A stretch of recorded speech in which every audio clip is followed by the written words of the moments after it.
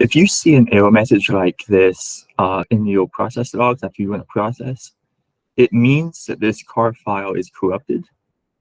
And for whatever reason, the atom wasn't able to read it, or in this case, it wasn't able to move the contents of this folder into the work directory.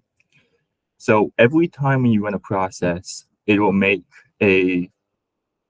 every time you run a connector, it'll automatically download the jar files and stuff that various connector needs into the connector folder. And that's where this zip file that references in this particular error comes up. Now, what you can do to try and fix this is you can delete this file and have it recreate when you rerun the process. And if that doesn't work, the other way you can do it is you can unzip this this car file and find the unzip it, and then you can move it manually into the work directory.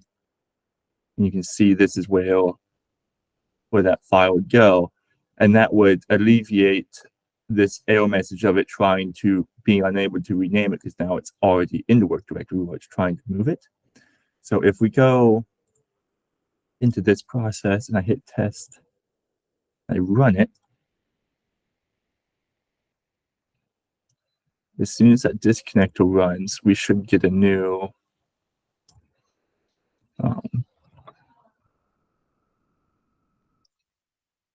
folder here for the disconnector.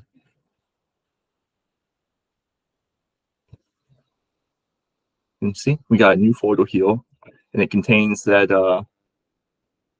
car file like I was talking about. So that's what would happen if you deleted it and you just reran the process. And like I said, with the same with the WSS connector, or you can also manually move it down to here by unzipping it and copying it over here, and that should fix the error message.